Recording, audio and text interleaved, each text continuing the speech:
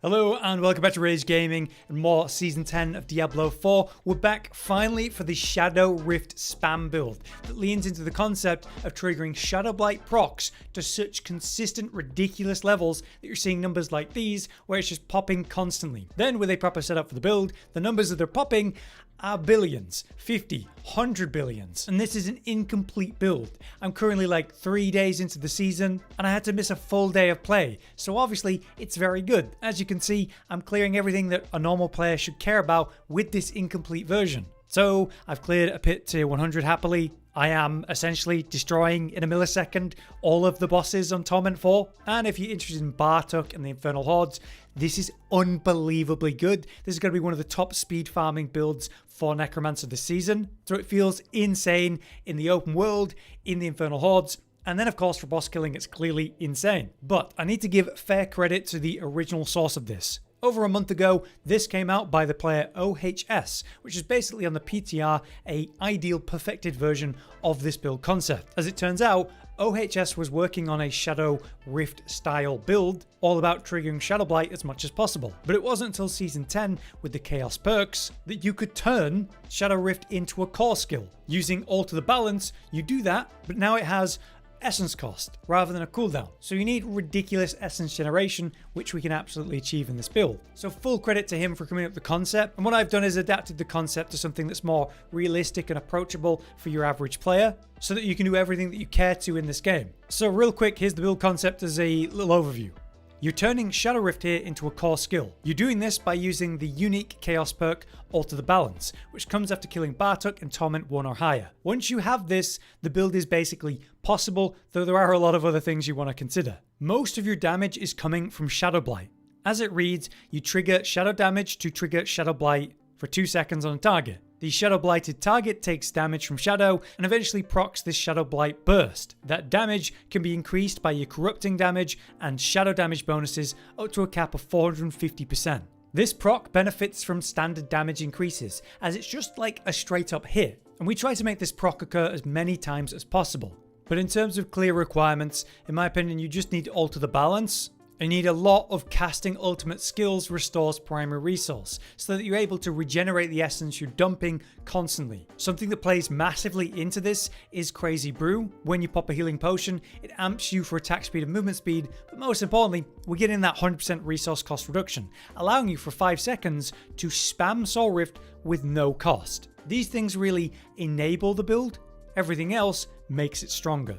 For a quick overview of how you play the build, it's very simple. We open with a Reap to provide our damage reduction, attack speed, and potentially spawn a corpse. You will apply Decrepify to the targets via a direct cast if that's what you're doing, or via your Cursed Aura, or even the What rune as we'll talk about. With that corpse generation though, we will Corpse Tendril to group the enemies up and apply Blight to the group targets. At this stage, the gameplay begins to simplify. You may drink your potion to trigger Crazy Brew at this point for 5 seconds of no cost on Soulrift, or you might wait a little bit longer so you can spam this out. But either way, we begin spamming Soulrift to try to get a bunch of these layers going out and triggering as much shadow damage as possible. To layer into that, we begin weaving the Corpse Explosion Blight pools into the grouped Blight pooled enemies on top. So you got the plague pools of the Corpse Explosion, you got the Blight pools under these targets. This is stacking tons of shadow damage, increasing the damage they take. You're standing against them, weaving the occasional Corpse Explosion between your many Soulrift casts, Corpse Tendriling on cooldown, maintaining the Blight pools,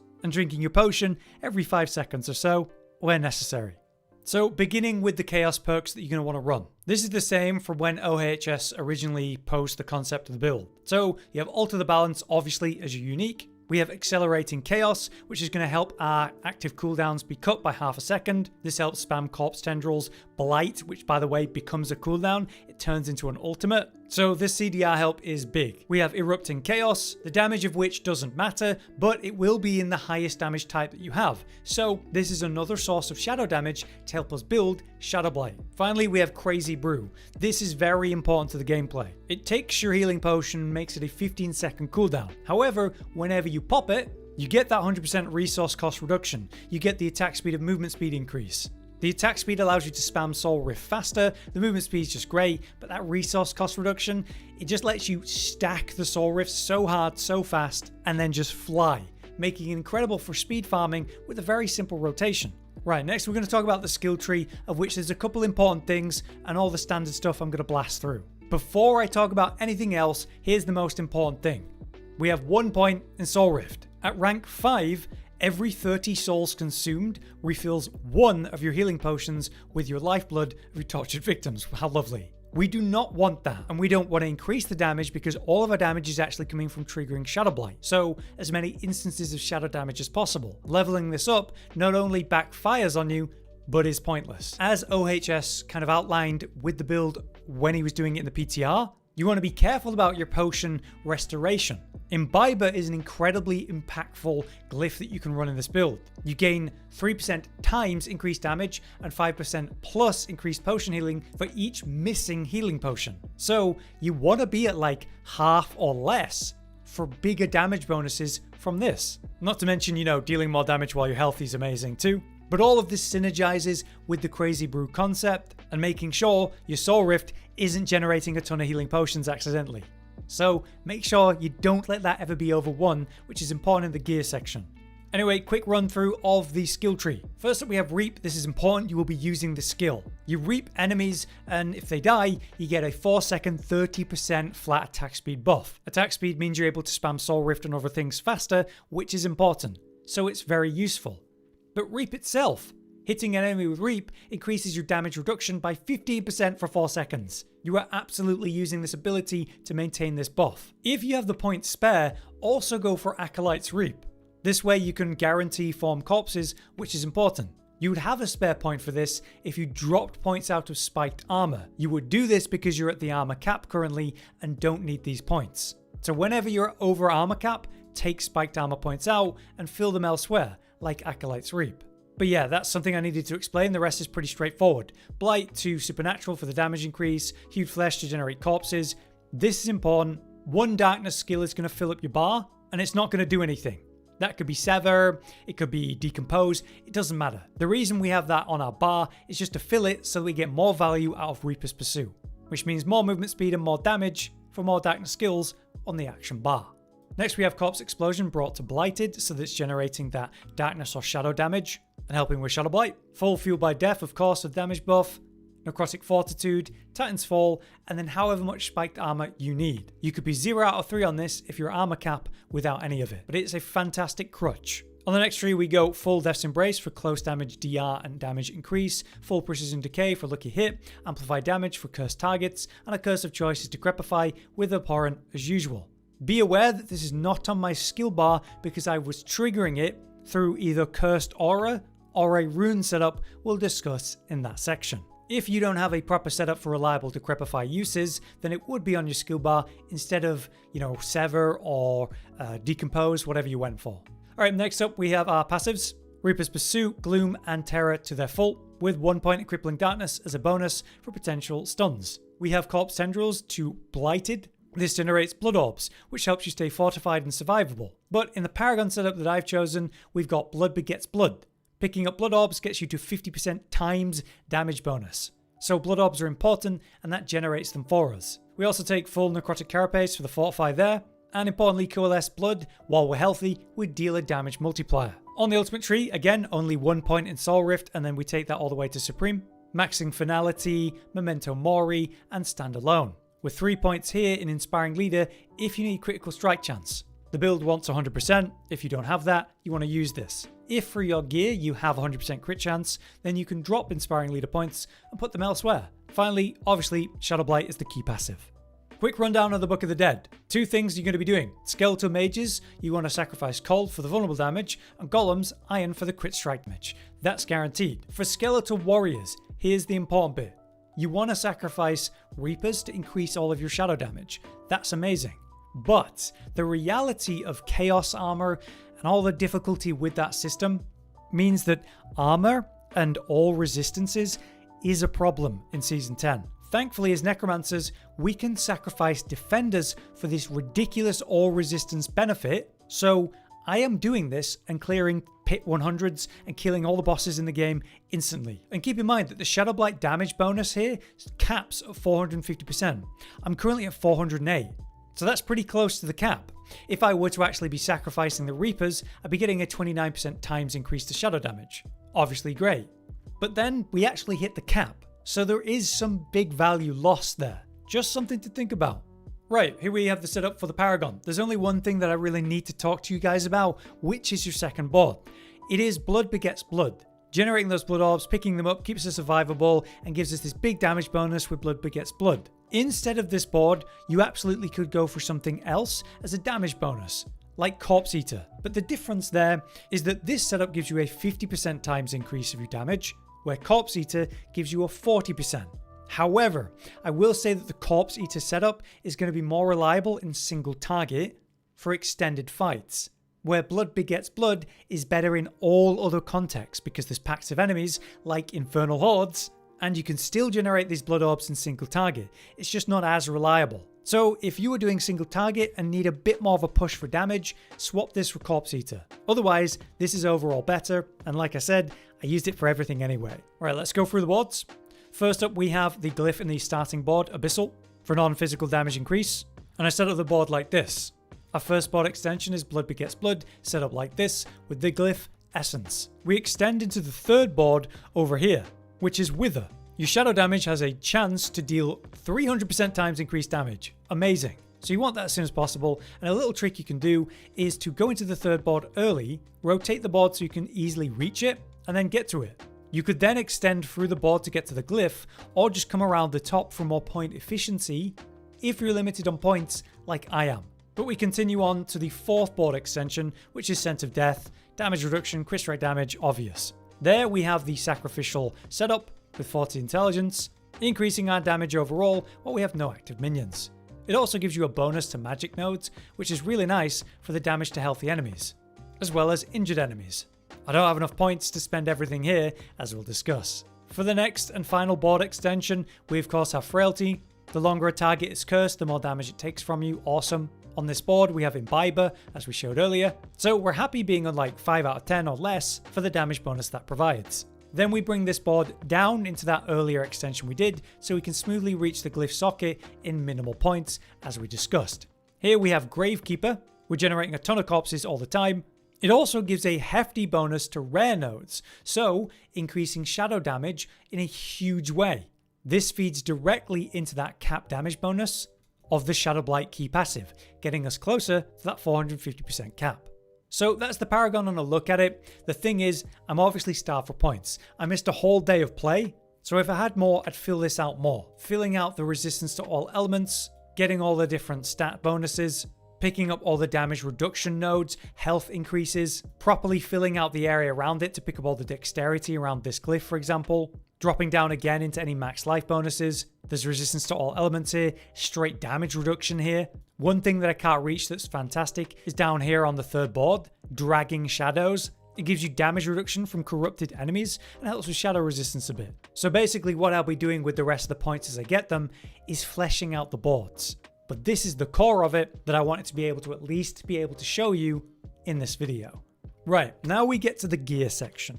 Before we talk about aspects and everything, here's a quick word on Chaos Uniques. I have a Chaos Unique here, Fists of Fate.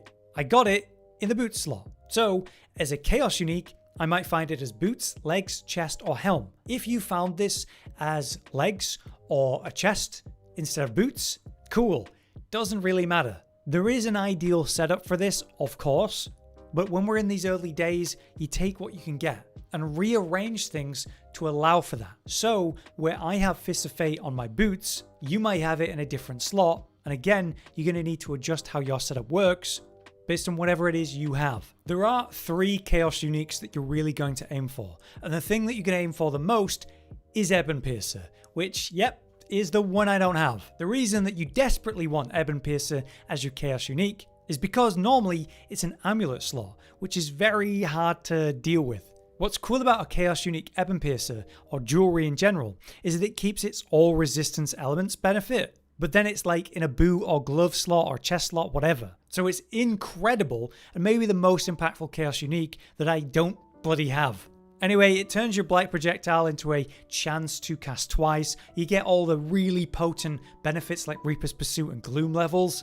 and it makes it fire multiple projectiles and pierce, so it's amazing. I would love to have this as a Chaos unique, and it's the one that I don't have. Thankfully, I do have the others, which is Fists of Fate, meaning that our attacks, the Shadowblight procs, they might deal 360% of the normal damage, plus the affixes are amazing. And I also have Lidless Wall. I found this really interesting when I was watching OHS's build. The idea of Lidless Wall is to spread Bone Storms against loads of targets, and if you were doing that, it would give you the stacking benefit of crit strike damage. I hoped that maybe it affected Soulrift in some way.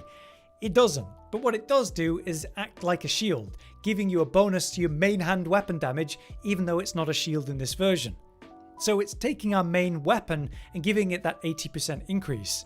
So that's why we use it. The only other relevant part of this is the fact that it comes with cooldown reduction, which I got lucky as the GA hit, which is an important affix to look at. So I would say out of the three you care about, Ebon Piercer, Fists of Fate, and Lidless Wall is probably the least important one, with Ebon Piercer being the most important, Fists of Fate being right behind it. So that's my quick talk on Chaos Uniques. Let's now talk about the gear, what I've got, and all the information about it, starting with the aspects. First up on the helm, I have God Slayer Crown. What I was using in this place before was this, Cursed Aura. That would allow me to cause a Decrepify around me without having it on my bars. But you can get away with not doing that by running the rune, What. It invokes the Horrid Decrepify skill, so we're able to apply it this way without directly actually using Decrepify ourselves or having the Cursed Aura. So I was able to drop it for a slot that just makes more impact, which is God Slayer Crown. It also has all stats max life and cooldown reduction, which are great affixes. So those are the two options you have in this slot basically. However, obviously I'd like Heir of Perdition, the mythic unique, in this slot instead, if I had one. Next we have the chest piece, Hardened Bones.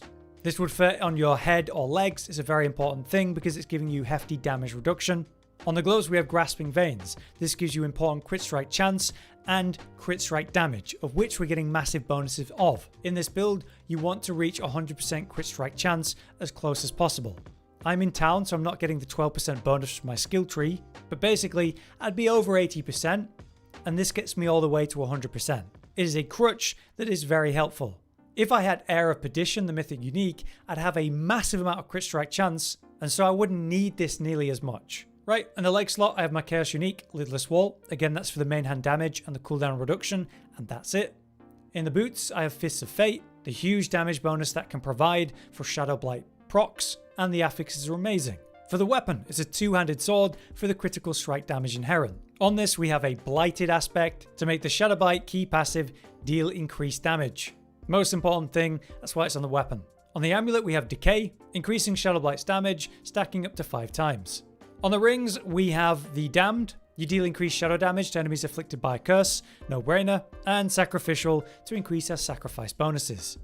Right, now let's talk about the affixes. Can't really talk about that for the unique, so let's start with the chest. Here we have Intel, Max Life, and Armour. On your defensive slots of Helmet, Chest, and Legs, you need to make sure that you've got all resistance and Armour cap. Anything you can do to help reach that in Torment 4, you do that. So I've got a lot of Armour here, and I could have total armor as a temper. You do what you need to.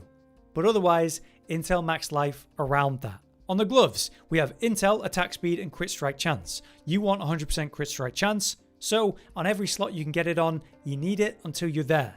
So that's gloves, rings, that kind of thing. Otherwise, you want to stack attack speed so you're able to spam Soulrift as much as possible. Around that, intelligence is the best thing you can get on top. Skipping the uniques, we have the weapon. Here I have a awful roll of resource cost reduction. Intel and max life is actually useful, and I'd like crit strike damage on top of this instead of this random resource cost reduction, which is the best I have. On the amulet, again, this is up to you. You need cooldown reduction and intel, and then the other slot is dependent on what you need. I desperately needed all resistance, so that's what I've got. Using this slot around the Chaos Armour is important. Naturally, I would rather have offensive things here that I simply don't have. What I mean by that is useful offensive passives that would actually increase my damage. Like Terror here, that would actually increase my damage. The number one thing I'd be looking for would be levels of Gloom, with Terror under that, and then Coalesce Blood and Amplify Damage as other options. Finally for rings, I'm looking for Intelligence, Attack Speed, and Crit Strike Chance. I haven't got the perfect rolls, so instead of intelligence I've got max life here, but that's what I'd be aiming for. Let's now cover the tempering real quick. Can't do that for the uniques, so starting on the chest. Do you need armor? Then temper for armor. Otherwise, max life. The utility on this every time is Soulrift duration, because we want that to be going as long as possible, as effective as possible. So on the gloves, we have shadow damage on all offensive damage increases to help with the passive. To remind you of it, that is the Shadowblight key passive, stacking up to 450% at its cap. Every temper that you have that adds shadow damage will help this. And then again, Soulrift duration. On the weapon, we have shadow damage for obvious reasons as I just said, and finality. Finality is a passive that increases your damage for 8 seconds after casting an ultimate skill, which will feed into the Shadowblight procs. So stacking as many levels of this as possible is key. I got a literal bottom roll and I have re-rolled many times. This is the best I've got. For jewelry, it's the same across all three. Shadow damage increase, and then very important, casting ultimate skills restores primary resource. This is how you keep your essence going. You want that across all 3 jewelry slots. Alright, let's talk about Masterworking.